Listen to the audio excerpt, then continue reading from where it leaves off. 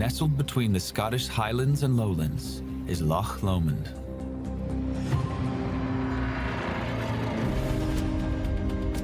With a surface area of 27.5 square miles and a depth of 502 feet, it's the largest inland stretch of water in Great Britain.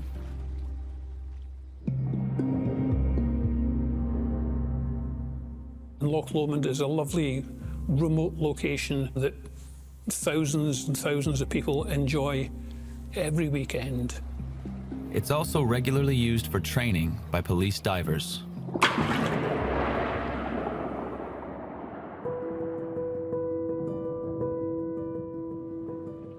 A police diving team must keep up their skills at all times, and in order to do this, they must train somewhere deep or somewhere in flowing water, nil visibility, different environments to practice their skills.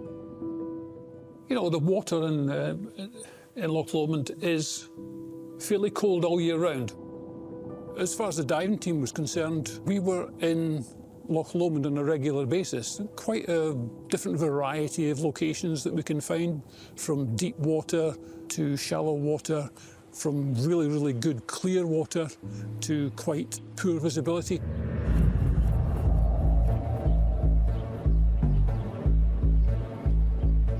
On a cold December morning, police diving supervisor Jeff Adams was leading a dive team on a training exercise near Loch Lomond's Rowerdennan Pier. This is Rowerdennan, where it all began. Nothing much has changed from 25 years ago. It was even colder than it is today. Snow, rain, high winds. It was quite a horrible day. Jeff was on the pier running the operation as his team entered the icy water. We were just sending the divers out to make sure that they covered this large area. It was purely by accident that the divers were sent to an area that they suddenly saw these two black bin bags. Being inquisitive by nature and, if you like, by training, they went to have a look and see what was in these bags.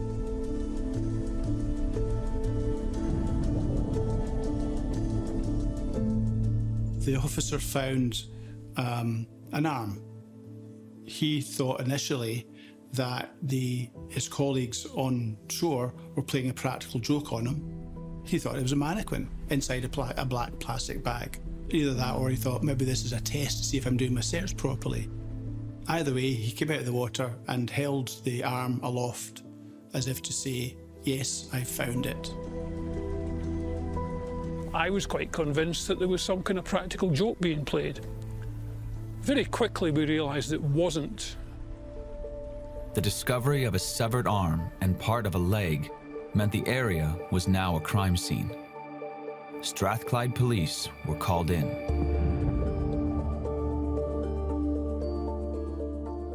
I was a detective superintendent. I was in charge of the Ayrshire area. It was all very early in the Monday morning. It was an unusual crime in Scotland, and in fact pretty much the UK, for body parts to be turning up in a local loch.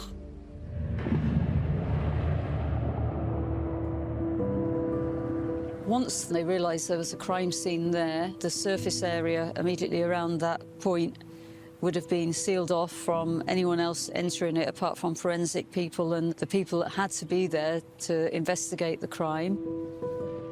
You need to make sure that everything is intact and secure. So you'd put the body part into a polythene bag and make sure that that is sealed up so that nothing can escape it. You don't want to lose anything, skin sloughing off or anything else falling off the body.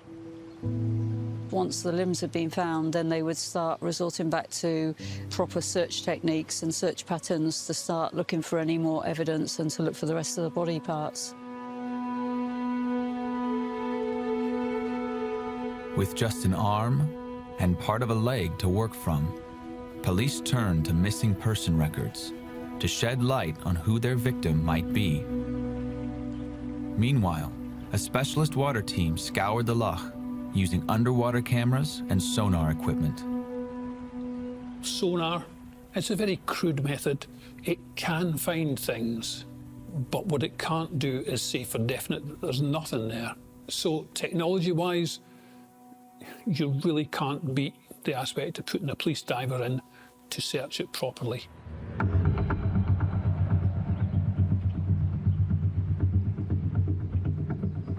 So recovery of the first two items would be roughly 15, 20 metres off the corner of the pier as we're looking at it.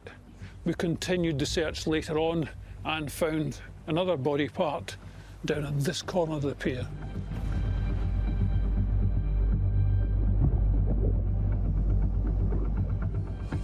Every body of water has a tide of some sort, but it's too small to measure, and that's the case of Loch Lomond. Although it's the largest in surface area of any freshwater body of water on the UK mainland, it still doesn't have any measurable tidal flow. So most likely the limbs were actually put into the water near the pier.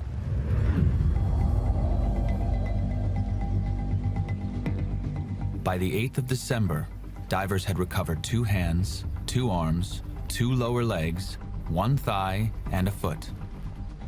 They were maybe of a slightly older male, but they weren't sure, and they were searching for further body parts. And by now, the search had attracted the attention of the press.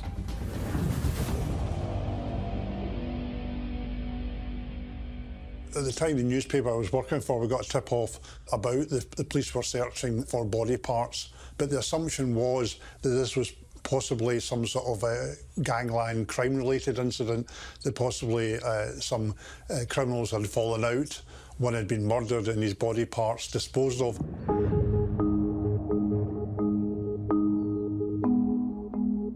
It's extremely difficult to dismember a body. You can't do it with knives that you usually keep in a kitchen. Somehow, there has to be some level of intention where they go out and buy various implements in order to saw the body into parts. Police were keeping an open mind. They also widened the search area. Once we'd finished, we realised that we hadn't found all the body parts to make up a human being. In the next phase, that you're trying to think, right, if they're not here, where are they? So you then have to look at any other possible sites where someone could have access to presumably a vehicle and be able to dump things in the water.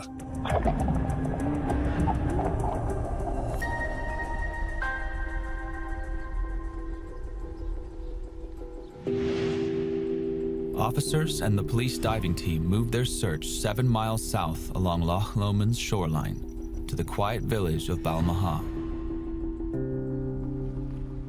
We were fairly confident that this would be a prime location for finding more because of accessibility and remote area, very, very limited police presence. Conditions here underwater are quite different to what we'd find at Rowerdennan, whereas Rowerdennan is clear, quite a sandy bottom here, quite muddy and very, very poor visibility, which made the search of this area really quite difficult. It's often asked if we do underwater lights and everything else, which obviously we did have access to. It's effectively like putting your main beam on in the fog. Suddenly you can see absolutely nothing. So unfortunately you're down in the mud and you're working with your fingertips. Now, why a murderer would choose to dispose of a body in water instead of burying it on land, maybe due to the belief that they're less likely to be caught if the body parts or a body is dropped into water. The offenders think that the body is likely to disappear or be eaten by fish. As the days developed, it was a very fast-moving story. I think people were very, very concerned. There was a kind of fear and undercurrent. For police, the race was now on to capture an individual with clear sadistic tendencies. On the additional body parts we found at Balmaha, you could see quite clearly that handcuffs had been used. But you're not used to seeing them having made such an impression on a human body, and particularly to put handcuffs around someone's lower leg.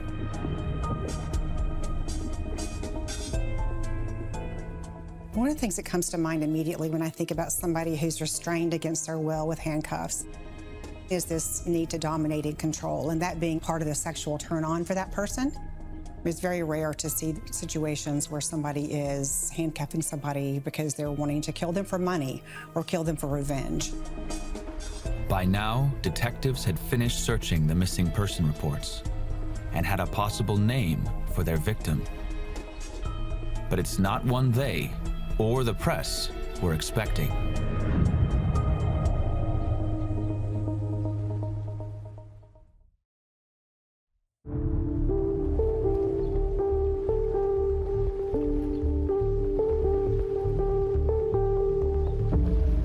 Detectives in Scotland are scouring missing persons lists, trying to identify the murder victim whose dismembered body parts have been found in Loch Lomond.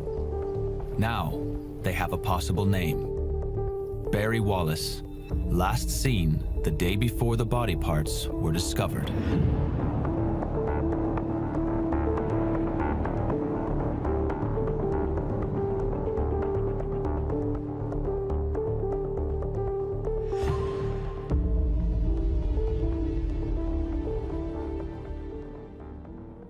Barry Wallace was 18 years of age, and he was going out for a Christmas night out with his friends and his colleagues from a local supermarket in Kilmarnock.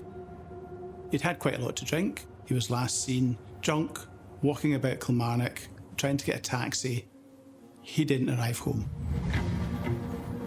He had no previous history of going missing. He had no previous history of any involvement in criminality. He was a good lad. His parents were concerned about where he was, and when he hadn't come back late on the Sunday night and didn't report for work on the Monday morning, he was reported as a missing person. Barry had disappeared into thin air. There was no backstory. There was no family issues. Just a normal teenager enjoying a Christmas night out and with his future ahead of him.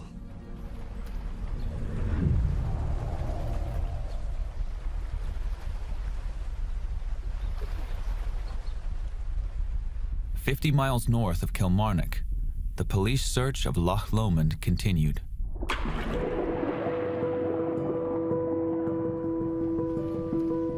On land, you can easily mark out search areas because everything is visible. Underwater, it's very, very different because the people on the surface can't see what's going on underneath. You're looking at the distance out that the diver is from the bank. And so just by taking measurements from the diver's lifeline as to how far out they are, how far along the search pattern they are, you can actually log on your underwater plan exactly what areas have been searched. You've also got to think, if these limbs have been thrown into the water, how far out can they have been thrown? How far out are they likely to have drifted? Meanwhile, a pathologist examined the recovered limbs for clues about the murder weapon and what tools might have been used to dismember the body.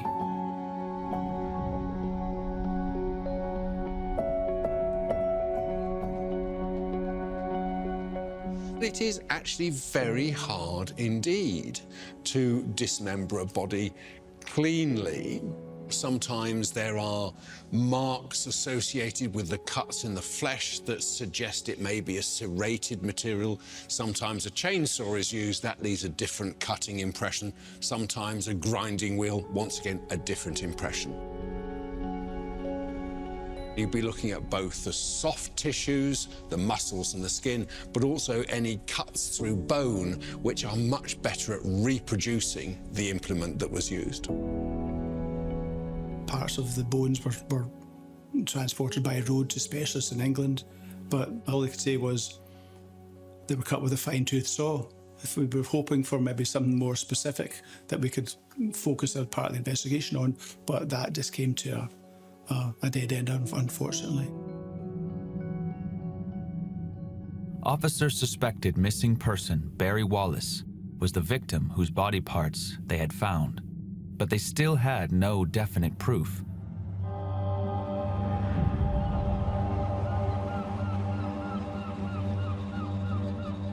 Until the 15th of December, and the most grisly discovery yet.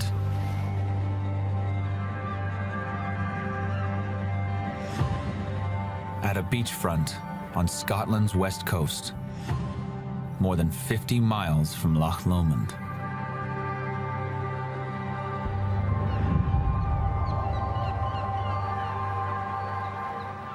A lady had been walking her dog, and her dog had noticed 2 bags and was pulling at the bags. And when she went up, she saw that there was a human head.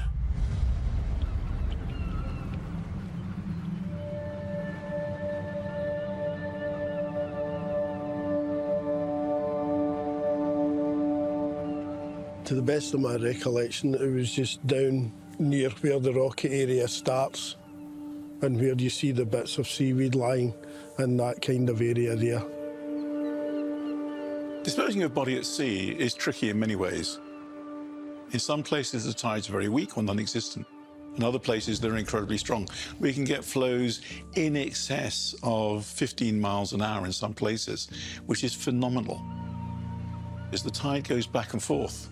So a body might go at great speed in one direction, but 6.5 hours later, it comes back again. We can only assume that it was the temperature of the seawater that preserved of the head. Being cold, of course, is really important for us. It preserves the tissues, it preserves the cut marks, it preserves evidence, and that's what we want. So if it's been out of the water in a warm environment for 2 or 3 days before being deposited, that's going to have a significant effect. But if, on the other hand, the individual has died, it's put quickly into water, preservation is going to be much, much better.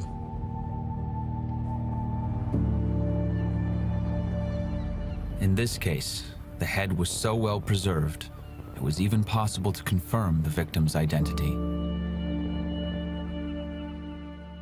Unfortunately, it was Barry.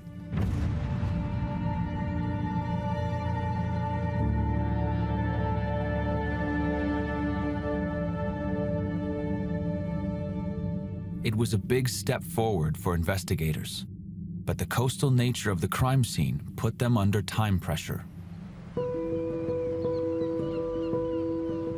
You've got access by the public along the beach, so you're going to have to cordon it all off. You're then dealing with the tides. If the tide comes in, it's going to bring in sea creatures that like fleshy parts of human bodies. You're wanting to get this skull recovered as quickly as possible, photographed, bagged up and taken out of the way, out of that environment, before the sea and everything that lives in it comes back in.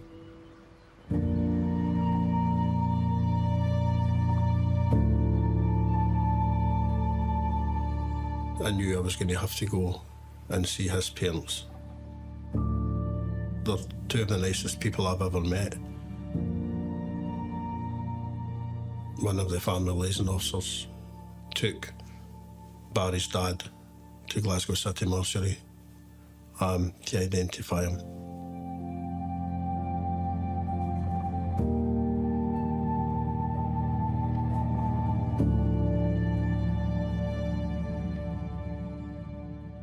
I think people were horrified.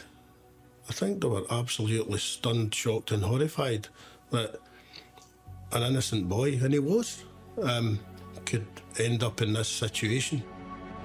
Barry Wallace had gone missing in the early hours of the Sunday morning, and then the first body parts are found very early on the Monday morning.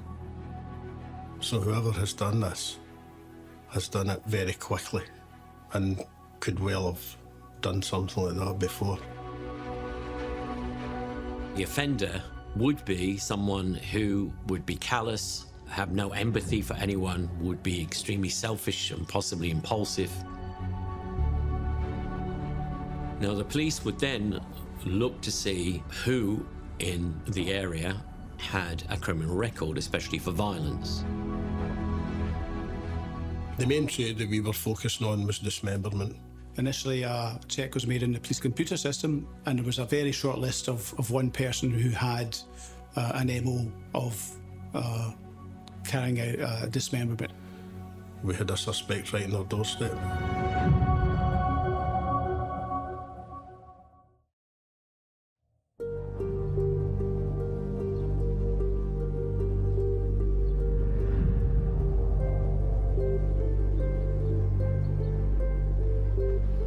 In a chilly Scottish loch, police have found and identified the remains of 18-year-old Barry Wallace.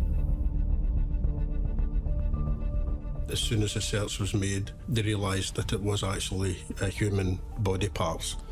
The police circles in Scotland like wildfire because that's a very uncommon occurrence. This was absolutely horrific. This was off the scale. Now, they also have a suspect, a known local offender by the name of William Frederick Beggs, a man with a violent past.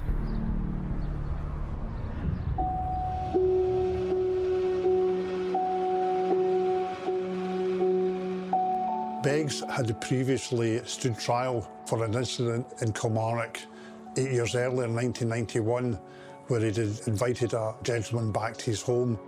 They'd met in a gay bar in Glasgow, and this person had been given a drink that was drugged, and he fell unconscious and woke up to find Beggs attacking him with a knife and trying to cut him up or slash him. This particular individual jumped out a window to escape Beggs, and he was found by a local resident, taken to hospital.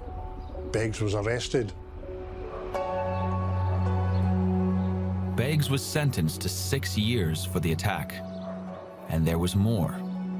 He had also previously been imprisoned for the murder of a 28-year-old man in 1987, but the conviction was quashed on appeal. They'd led the trial of murder with instances that Beggs had carried out woundings of other men. And it was deemed that because they had led that, it was unfair and might have tainted the jury's opinion of him as far as the murder is concerned. And the appeal was upheld and he was released. Beggs' lawyers succeeded in their appeal. Under English law at the time, he couldn't be retried for the same crime, so he was a free man. Beggs started a new life, moving north to Scotland. We knew that he had been convicted of a murder in Teesside. We knew that he had got off with that murder on a technicality. But although the conviction was overturned, the details of that murder, for which Beggs was the only suspect, were worryingly similar to the crime police were now investigating. There had been attempts to dismember the limbs. Dismembering a body is extremely a rare thing to happen after someone has killed someone. And in that particular case, there was an evidence that he tried to dismember the body. And this case went to court, and due to a miscarriage of the court proceedings, he successfully appealed and was out of prison after 3 years. The officers who worked in Kilmarnock were aware of his previous convictions, and they were keeping an eye out on him. Police didn't publicly name Beggs as a person of interest, but it wasn't long before the media came to its own conclusions. It actually exploded as far as press-wise went, because the press too had started to find out about Beggs. The media was asking the question, you've got somebody on your doorstep who's committed a similar crime, why aren't you arresting him? The press's freedom to speculate risked jeopardizing the entire police investigation and enabling Barry Wallace's murderer to evade justice completely. Because he was only a suspect, they disprinted what they wanted to. It was a really difficult, challenging time for the family, because there was things put in the papers, likes of Beggs hid Barry's head in his fridge. They were also printing things about Beggs's previous incidents, about his previous convictions, about his lifestyle.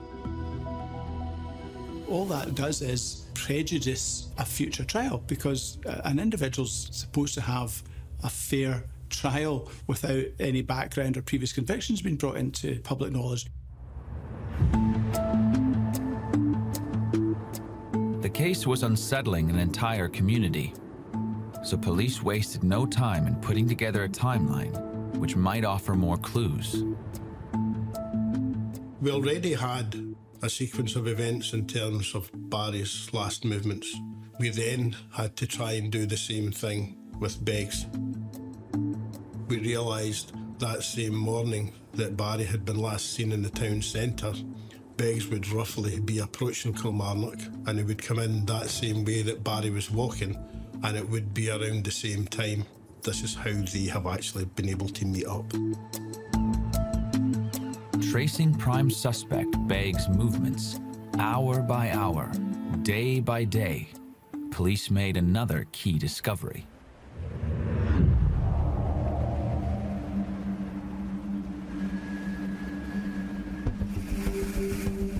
On December 7th, Beggs took a ferry from Troon on Scotland's west coast over to Northern Ireland. We believe that when he was taking the sea cat from Troon to Ireland to see his parents, that was when he probably threw Barry's head off the side of the ferry.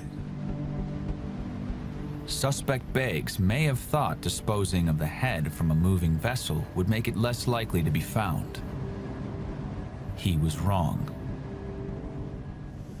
Does it make a difference that the head was dropped from a height from a ferry rather than placed in much lower? It makes no difference at all to the path of that head, and it would still wash up on that beach. And we can demonstrate that here by taking an object, placing it in gently to the surface of the ocean. And it goes along with the flow at a fairly steady rate, and after 30 seconds, it reaches a point further down there. We can then repeat that, but this time, rather than placing it in carefully, we're going to drop it from height. So we're dropping it from the deck, say, of a ferry. It goes into the water, makes a splash, but actually, very quickly, it finds its level in the sea, and it goes with exactly the same currents as it would have done had it been put in the ocean at the surface. Police widened their investigation from the coast to the suspect's apartment in Kilmarnock. We knew that if the murder had taken place in that location, in his home, then somewhere there had to be evidence and traces of Barry Wallace in that flat.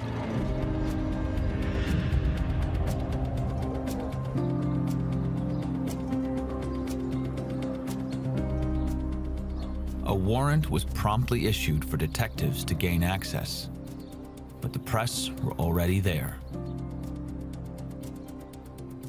Now, this was a high-profile case, so when the police went and raided the house, the journalists knew about it. A lot of the journalists were already there when the police arrived. When we got there, the flat was empty. Beggs was not in. We assumed he was at his work, but we didn't know at that time where he worked. So at that point, the house was sealed and the search started to take place. And the media's fascination with the case was about to cause a major problem. There was a radio broadcast that suspect in the case of Barry Wallace. His house had been raided in Kilmarnock. Beggs is at work. He hears this news broadcast, realises it's about him, that he fled, that he'd gone on the run. That was very frustrating for us, very frustrating.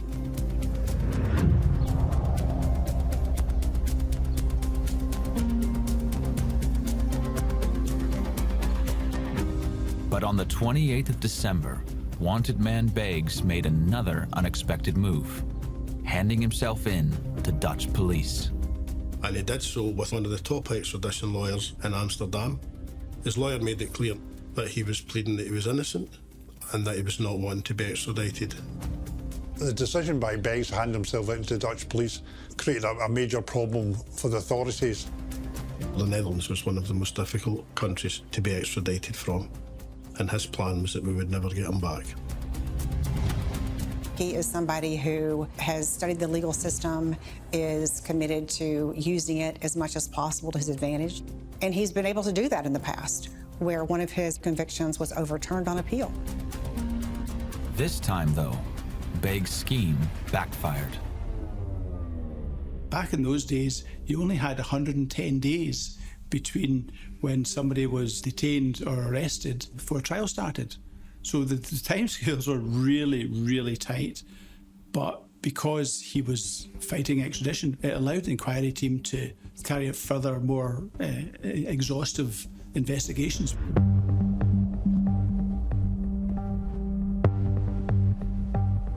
Forensic officers returned to the wanted man's home and spent several weeks gathering more evidence. The first significant findings were items of blood. Those blood samples were examined and they were then found to be Barry Wallace's blood.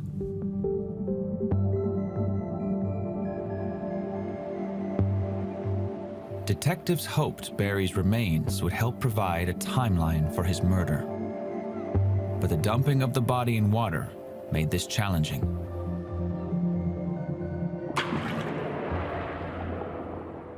If a body's been recovered on land, it's a lot easier to identify the time of death. Underwater, it does make it more difficult, purely because of the way water reacts with the flesh of the body.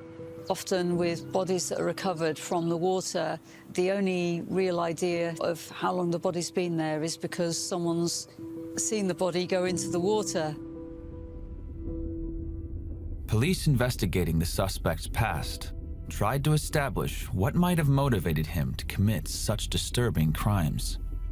So what we know about William Beggs is he's an intelligent man. He has a degree. William Beggs was from a very respectable family in Northern Ireland. Both his mother and father were pillars of the community, God-fearing, church-going people. Beggs had been brought up in that environment.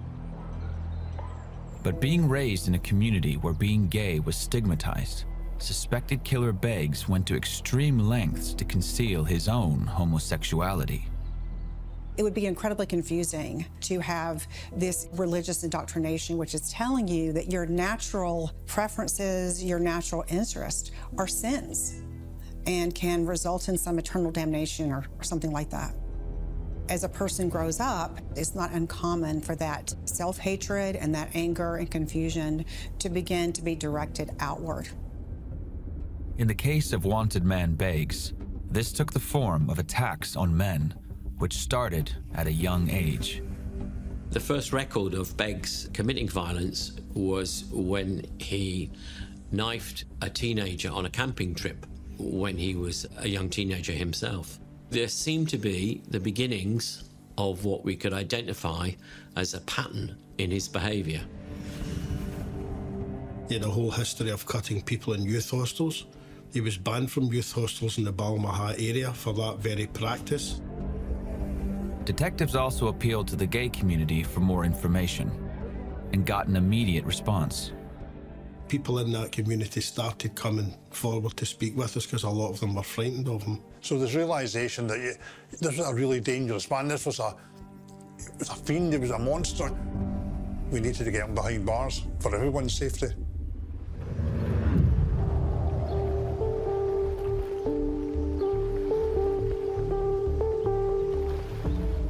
Police focused their efforts on bringing suspect Beggs back from Amsterdam to Scotland.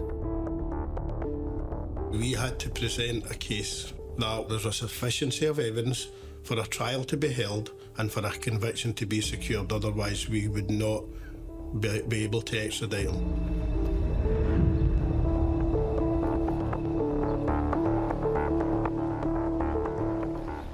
Then came news of a morbid breakthrough. So by around the 8th of January, Barry's torso had been found a mile and a half away from Balmaha, where his other body parts had been.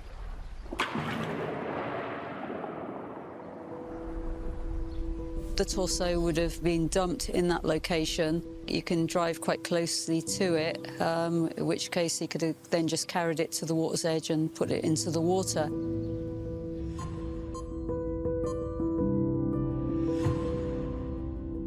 police had now recovered most of the victim's body. The fact that the parts of the body were spread over 4 different locations, it gives you an idea that the offender was clearly trying to spread the body parts around to make it harder to find. And he's gone to a lot of trouble to visit these places, to dispose of them.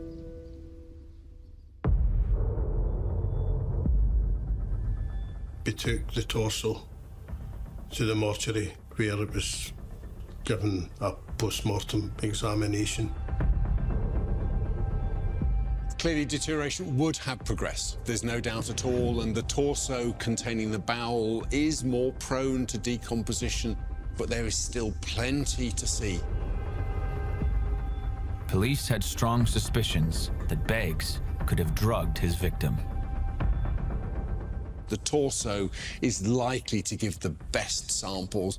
Samples of blood remaining within the heart, remaining within the major blood vessels, maybe some urine present within the bladder or within the kidneys. These can then be analysed for any drug residues. But the post-mortem failed to find drugs in the victim's system, despite a needle mark on an arm. The dismemberment also made it impossible to prove a cause of death.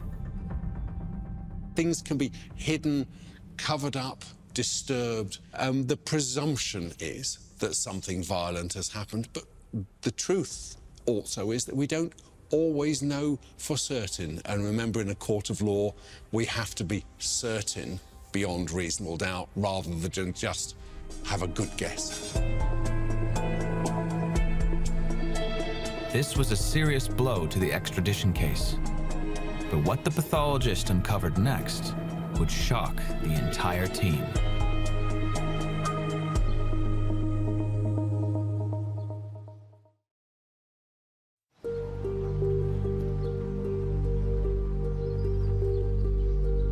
The dismembered body of 18-year-old Barry Wallace, found in Loch Lomond, has now undergone a post-mortem. It revealed new and horrifying details. We realised there was evidence of sexual assault. The pathologist can't actually talk about consent, but when we look at this type of injuries, you can say the injuries were so severe that it's highly unlikely in someone without a known masochistic tendency to be prepared to accept that degree of violence. Add that to the presence of handcuffs, add that to the presence of other injuries, and it really points very strongly to a very violent sexual assault as a component of a violent overall assault. William Beggs was gay, and the assumption is that perhaps his latest victim may be homosexual, but in fact he wasn't. Barry Wallace was a heterosexual. Beggs had admitted he preferred to have the company of what he regarded as straight men, and it appeared that his enjoyment came from forceful homosexual activity or rape of his victim. The fact that he chooses to go out and essentially troll for men who are not gay, I think does speak to this anger and this sadism and this pleasure he might get in not only taking advantage of young men who might be intoxicated, but young men who would find being sexually assaulted by a man particularly horrifying. At that point, we had to make Barry's parents aware, and I'd always told them I would speak to them, I'd always told them I would tell the truth. And I don't think I had a more difficult conversation in my entire police career.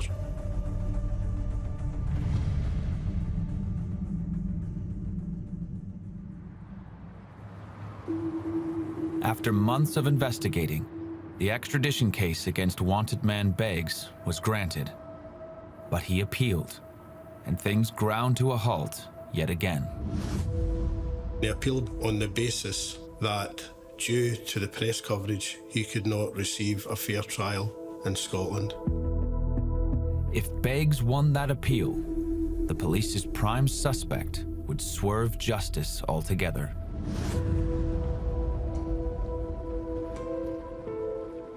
But eventually they ruled that Beggs could be sent back to Scotland or extradited back to Scotland. And he was absolutely shocked.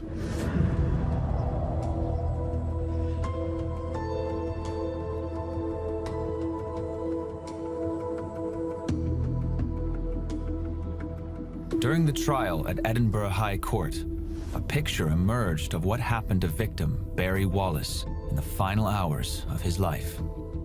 I genuinely believe what happened was that Beggs was coming into Kilmarnock. Barry Wallace was walking home. Beggs has offered him a lift. Barry was drunk. They've gone to Beggs' flat. Beggs has given him something and that he's passed out. When Barry's been waking up, he is being sexually assaulted, and during that time as well he had been handcuffed, and he's been struggling so hard that he actually scraped the bones in his wrist. It was described by a very senior police casualty surgeon as the worst handcuff injury he had ever witnessed. And the prosecution called one witness who revealed a chilling detail of the timeline. On the Sunday, Beggs made a phone call to one of his close friends and said that he'd picked up a young, sweet guy the night before. Now, when you look at the timeline, it's more than likely that that's when he was at or near to Loch Lomond, either going to deposit Barry's remains or coming back from. So it's chilling. Then more forensic evidence emerged, tying Beggs to the crime. When it was reported that Beggs had fled the country, he drove down to Luton Airport, where his car was eventually discovered. His car revealed blood as well, Barry's blood. But the defense team claimed the victim had consented to sex, and that the death was the consequence of a sex game gone wrong between them. One of the arguments of the defence had been that this wasn't a murder. It was a culpable homicide or manslaughter, it's known in other countries. And that, of course, would have meant a lesser sentence. And there was a bit of a dramatic moment when the jury came back to ask for some guidance from the judge on the difference between what's culpable homicide and murder. And that led us to believe that they might be acquitting him of murder. The jury were given clarification, and the detail of the victim's injuries was read out.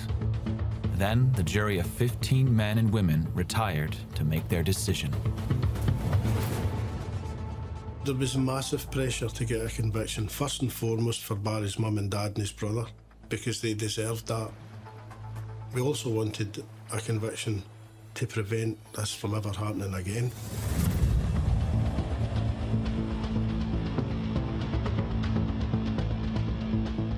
After a trial lasting nearly 3 weeks, William Frederick Beggs was found guilty of the murder of Barry Wallace. He was sentenced to life imprisonment, but the recommendation for minimal custodial was 20 years. Under Scottish law, it meant Beggs wouldn't even be considered for parole for 2 full decades. My recollection that there wasn't a lot of reaction from Beggs, whether he was resigned to the outcome. But even with the killer behind bars, some questions still remained. I'm a firm believer that there are other victims. The initial search of the house took several days. There was some carpets underlay and then floorboards. What I started to find was stains of blood, human blood, male human blood, which was not identified and still have not been identified. They found blood samples of 17 other males, which suggests that other men have been in that flat, other young men, and they've been attacked and possibly even murdered. Who else has been in that property that has lost blood to that extent? Not only would it be difficult for a male to come forward with sexual violence, there's the whole issue of If this person is straight and they're raped by a gay man, I think that it is unfortunately not uncommon for that person to wonder, why did this person choose me? What does it say about my own sexuality? And then he's picking men who are much less likely to come forward. So he is stacking the deck as much as possible in his favor. The impact this guy has had on the Wallace family is beyond belief. But not just the Wallace family, other families in this country and in other countries. He's been, in my opinion, a serial predator.